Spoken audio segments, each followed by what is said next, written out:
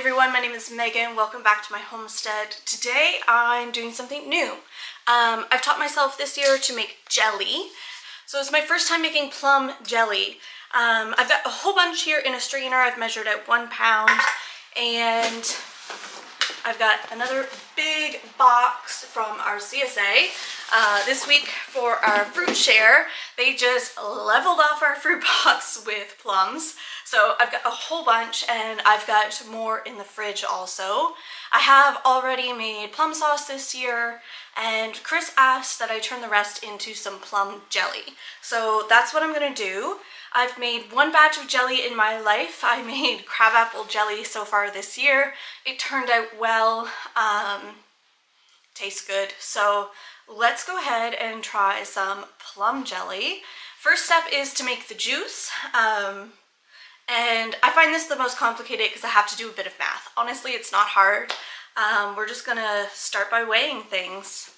So I've got my trusty digital scale here that's telling me it's got a low battery. Hopefully it'll cooperate enough to get this one done. These work, and it says no.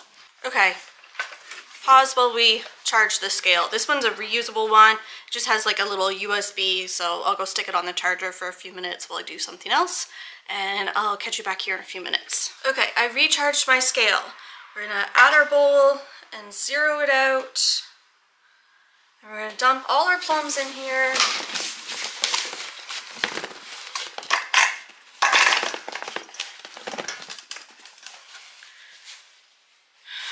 4.26 pounds. Let's get the ones from the fridge and see where we're at. 2 more pint boxes of plums from the fridge. I've got yellow and more purple plums. And we are at 5.159 pounds. So that is in fact 6 pounds of plums.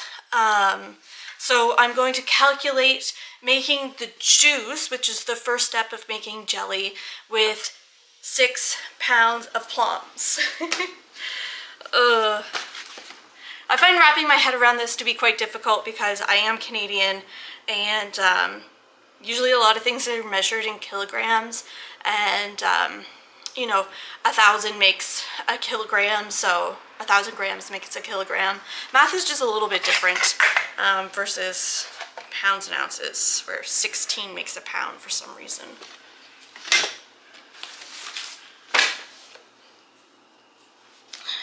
Okay, so that means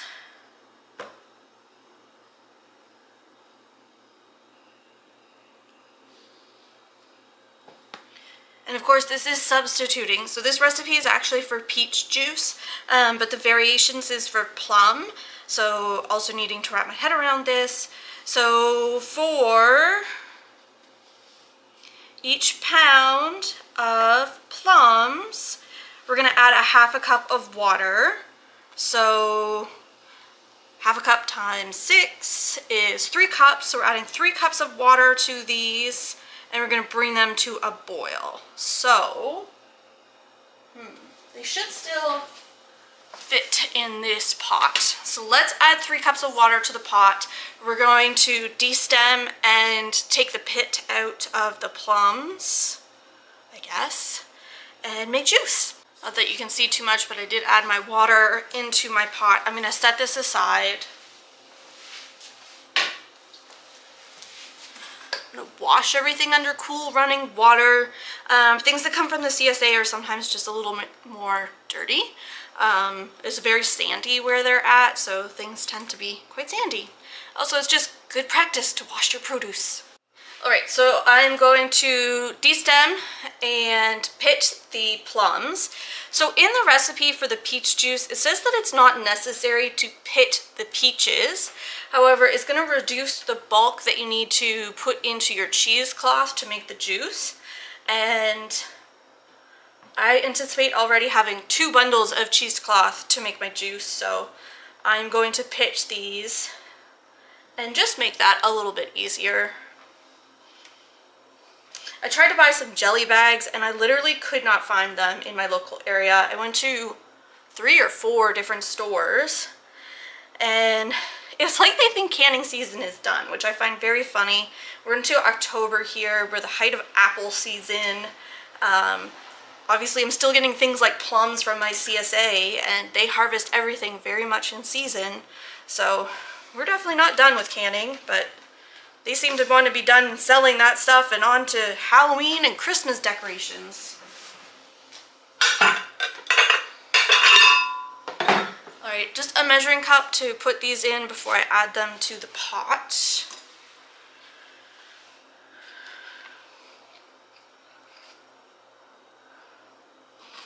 I'm just kind of trying to work in batches here. Obviously I took all the stems off. I'm going to cut these and then I'll pull the pit out. If there's an easier way to de-pit these without any special new tool, let me know.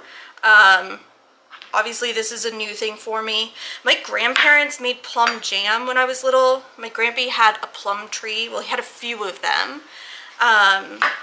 And all I remember about the plum tree was that I wasn't allowed to eat them.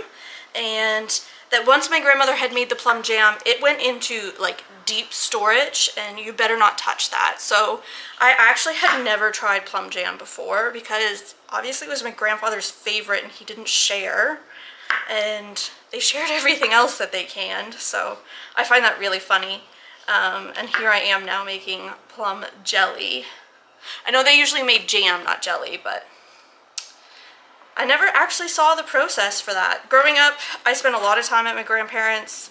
They lived very much in the suburbs, but had a garden plot.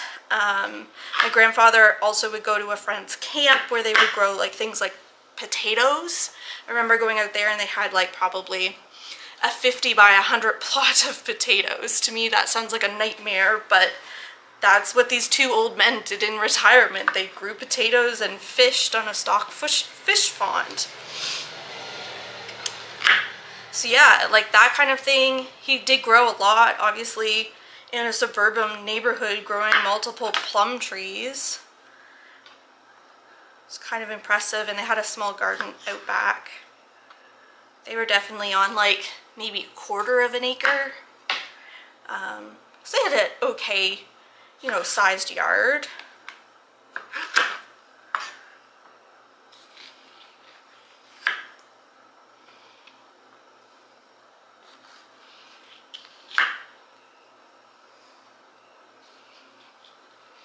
And I always was like at their place when they were doing things like mustard pickles, which is very much an East Coast Canadian thing. And my grandmother did like blueberry dumplings and jam and that kind of stuff, which I remember participating in, but never ever the plum. That was like a secret hidden recipe for some reason. Alright, so some of these I think is going to be easier. With clean hands, we're just picking out the pit and composting that.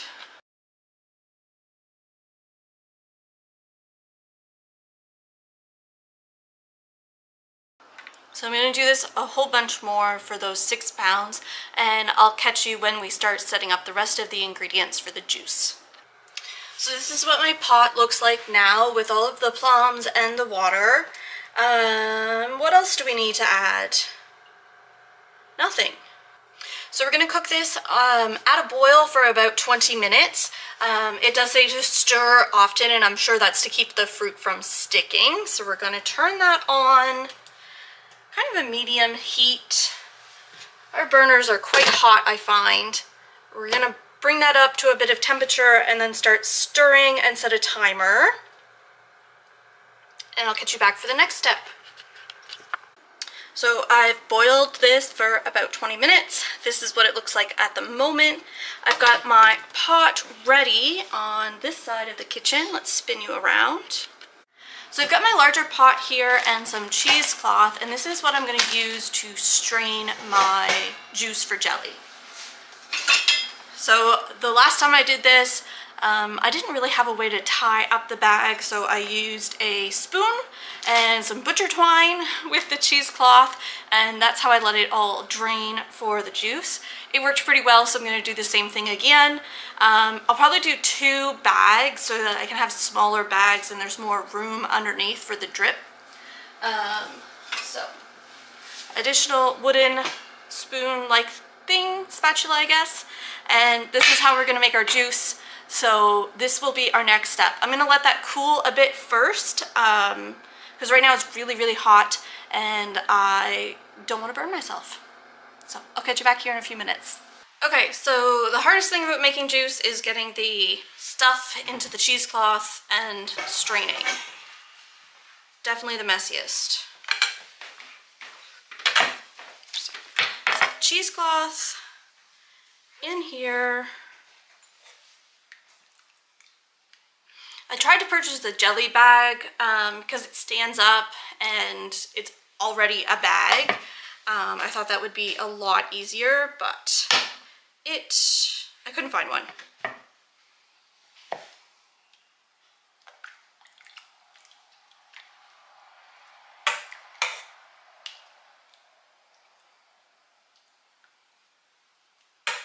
Don't think this was the best way to do this. Another bag of cheesecloth. Hopefully this one's folded a bit different. Now I remember what I did last time. Okay, so I remembered what I did last time. I set the cheesecloth on top of the pot and used an elastic to secure it. Ouch.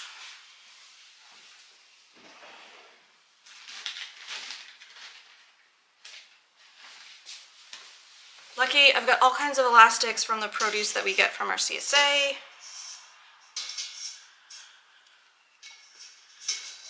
So, is this going to be perfect? No. Is it going to work?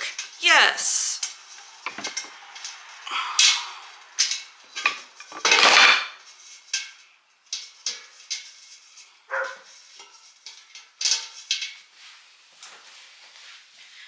Okay, so now I can actually ladle the juice through here. Hopefully not making as much mess. So this will allow some of the juice to strain off and we'll be able to set the pulp in a bag. So much better than what I was trying to do before.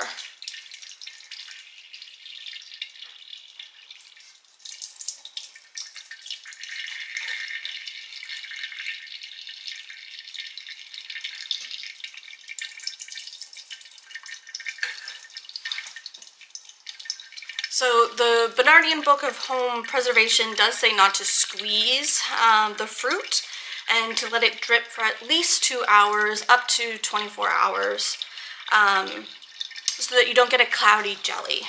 So I did that last time. My jelly was nice and clear, so I will continue to follow those instructions.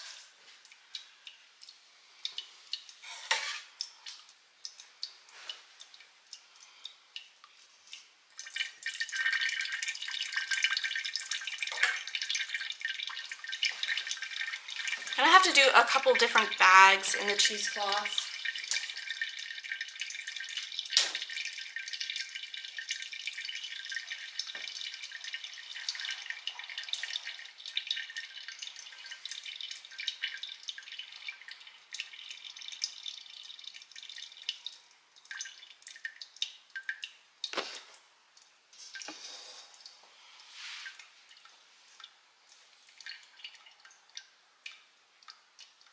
I'm glad I figured out a way to work smarter, not harder.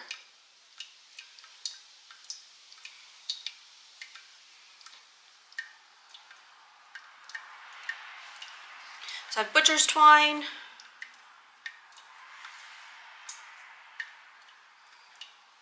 And I'm going to collect this.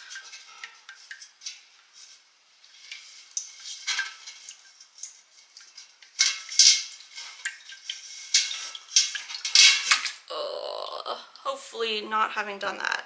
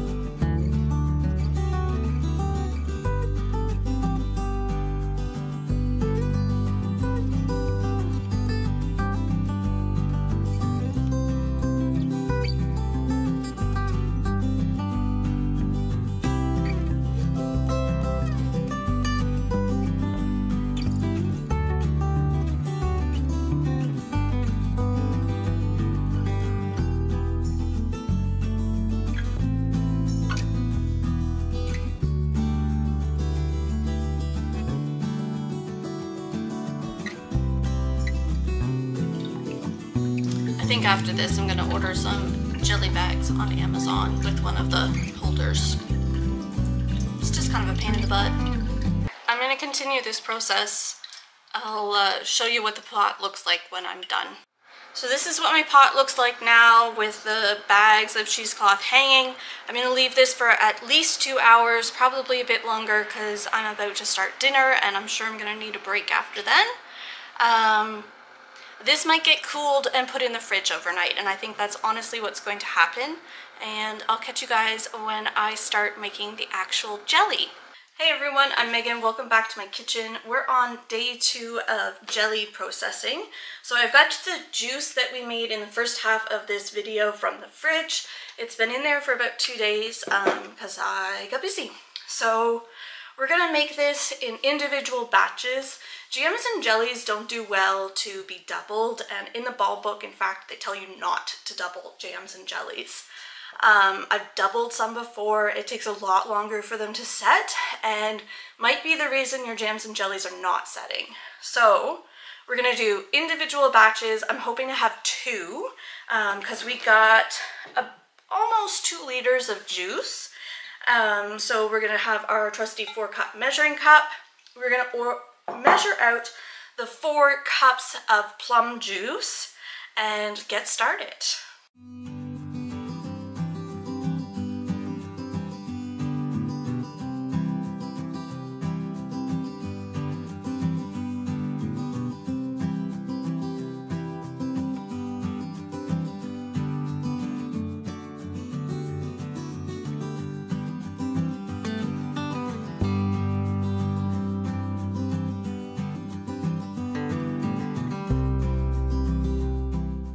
Alright, so we've got our juice in our pot now. Need to not forget, I've already washed my jars and I've put them in the canner over here. I need to turn this on because jelly really doesn't take very long, so it's really important to bring these up to a boil so you can put your hot liquid into your hot jars. I'm going to continue to talk about this because I see people all the time who have broken jars from thermal shock. And this is one of the ways you avoid it. So everything is the same temperature, so the glass doesn't get a shock of temperature changes, it's less likely to break. Alright, so we have our 4 cups of juice. For this recipe, you need an absolutely ridiculous amount of sugar. And this is why I don't do jellies too often. But I had plums and I didn't know what else to do with it. So here we go. We're adding 6.5 cups of sugar to 4 cups of juice.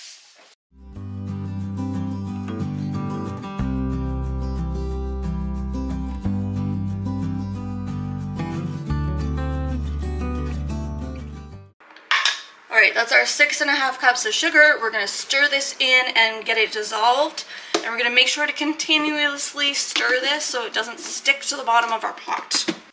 Plums are not something that I would really consider buying, but because it comes in our CSA, I really just need to figure out what to do with it. We also have nectarines, pears, apples, and peaches, as well as blueberries at the moment. So we're certainly not going to eat them fresh right now. The blueberries, I put most of them in the freezer. That was easy. We'll eat those in smoothies and use them for the winter for muffins and things. Apples, I think I'm going to make more applesauce here, or maybe even make some pies to take with me to Thanksgiving. Also, I should mention I'm wearing clothes that I don't care about too much. This shirt's already pretty stained. And just trying to be careful because this red juice will stain very easily, in my opinion. And I don't like doing laundry, so I'm definitely not going to be doing stain removal. Alright, I'm going to cover this, and I'm going to come back and stir that again in a minute or so.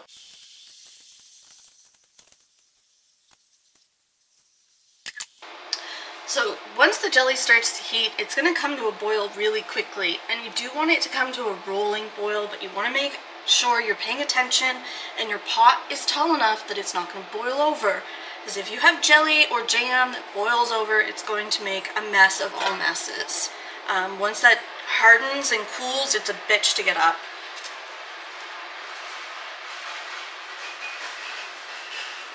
I also want to make sure this is not sticking to my pot.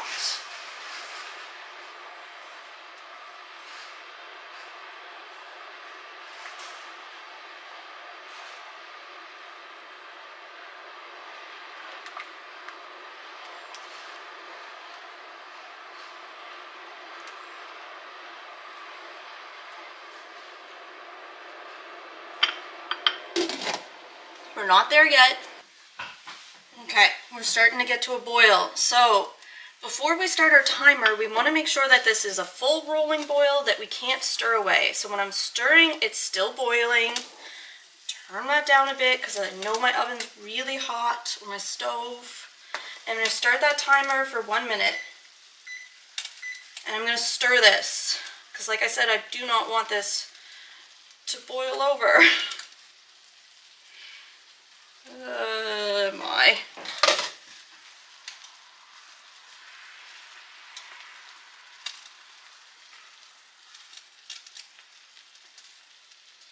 Maybe I should have used a taller pot.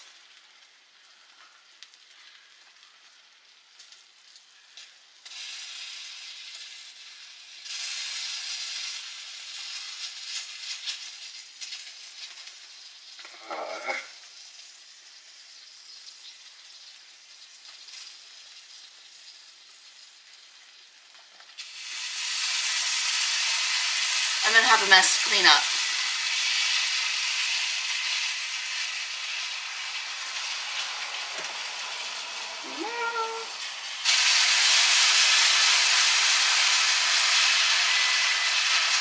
So do what I say, not what I do.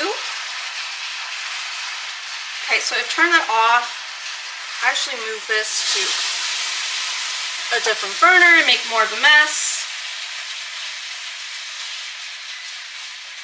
Okay, so that's come down just enough. I'm using the Surto liquid pectin, and it says to stir this in off of the heat, which is different from what I've done before. Burning sugar smell, so delicious.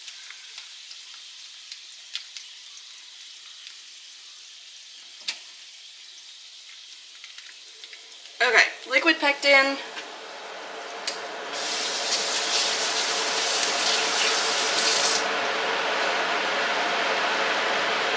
And we're just stirring.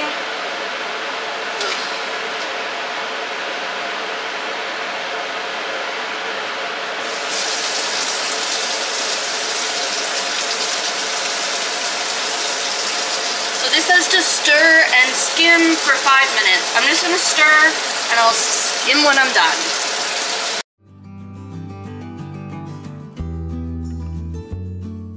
So not lucky enough to have an induction stove. We really tried to find one when we did our kitchen renovations. But the ones that would fit my canning pots were well outside of our price range. So we got this KitchenAid stove. It's electric. And the burner heat controls I'm still figuring out. So hence the overflowing pot. Need to just be more patient. This is not my skill in the kitchen to be patient.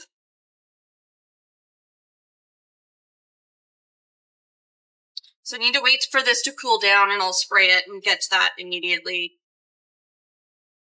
Luckily it all stayed on the stovetop. So my jars are also hot now, and I'm lucky I don't have too much foam in this pot at all. So I'm quite happy with that. There won't be much to skim off here at all. As a new canner, I did realize that it is essential to skim. I didn't with a batch of jam, and the foam settled at the top of the jars, and once you stirred that in when you opened the jam, it gave it a really weird texture. I still ate it, but some of my family members that I had gifted it to did not enjoy it at all, so I'm much more conscious of that now. You can also use butter when you do jams. I'm not sure about jelly as a defoaming agent, so today we're just going to skim it. Okay, the smoke from that burning sugar is going away, so we can shut that noisy fan off. Hope the audio wasn't too bad.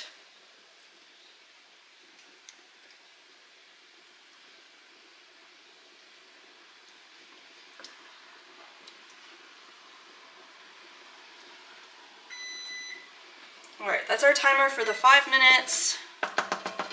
So I invested in this strainer from Lee Valley. It's just like a jelly strainer, just to take the foam off.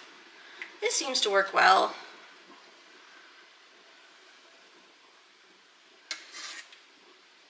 I was just trying to like scoop it out with a soup spoon before. Super entertaining for someone who's not very patient. For those that have a lot of foam when they're doing this, they'll sometimes add this over top of ice cream. I also like to just use yogurt. And any of my jellies or jams that don't set, I just use that as like a fruit on the bottom for a plain yogurt. And that is an evening snack for me.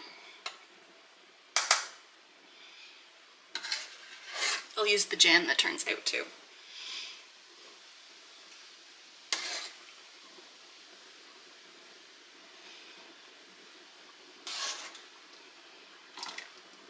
Okay, so I'm happy. There's not too much foam in there at all. Let's start canning. I've got everything I need, I think, here. I'm just going to lower you so you can see a bit more.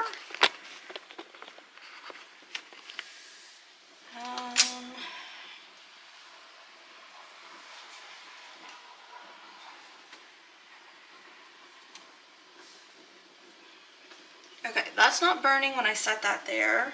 You know what? I think I'm going to be smarter than that.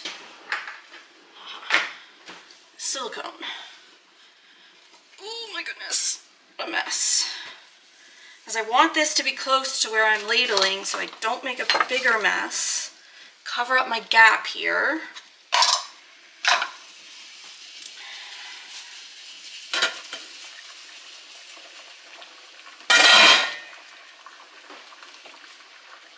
Alright, like this is down to a simmer and it's still boiling away over here with the jars. So it said this recipe should make 7 half-pint jars. I added a full dozen into my small canner pot.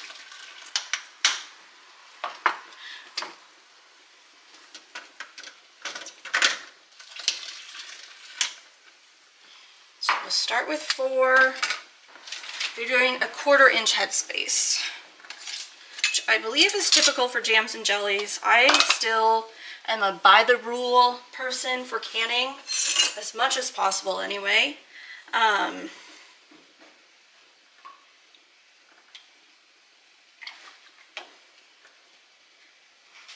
So I guess I check every recipe.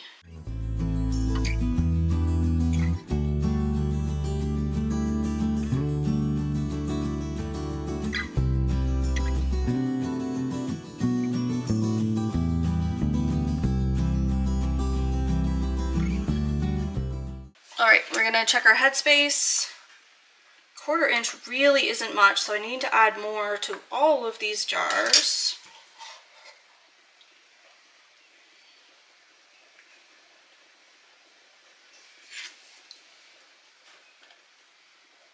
Okay, that one's good. Almost.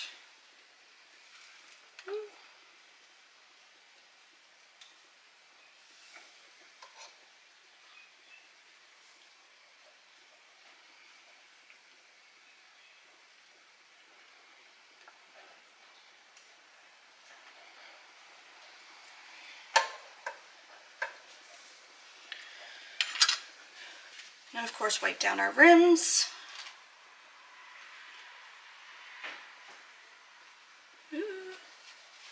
Make more messes.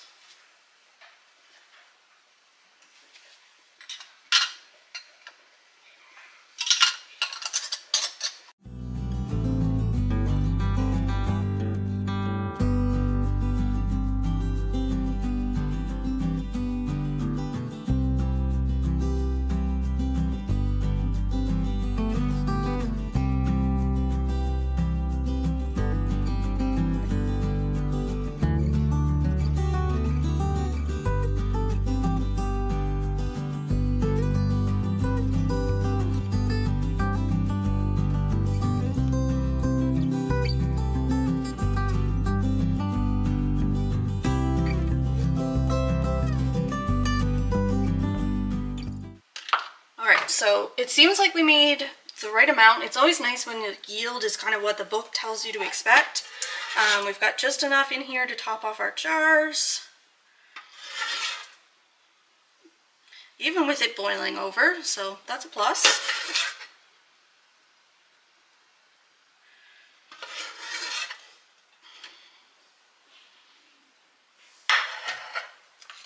We're going to go ahead and check our headspace. And they are all good, so we just need to wipe our rims.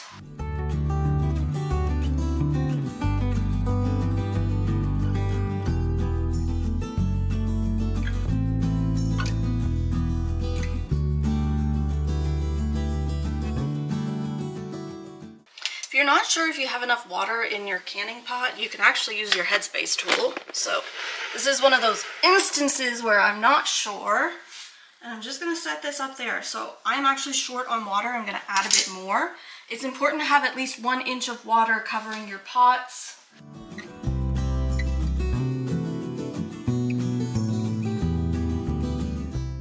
So we're covering this and we are cooking for 10 minutes. Most jams and jellies, that's the case. So bring that back up to a boil, and once it's boiling, we will set our timer for 10 minutes. After processing, we have 7 very nice jars of jelly, which I shouldn't be picking up, but you get to see they're all there. Nice, beautiful color. They'll sit there until the morning, and then we'll get them labeled, and that's it. So we've got another batch to do. I'm not going to film that for you guys, but perhaps I'll let you know how many jars I get. Catch you guys in the next one. Make sure to like and subscribe if you like this content.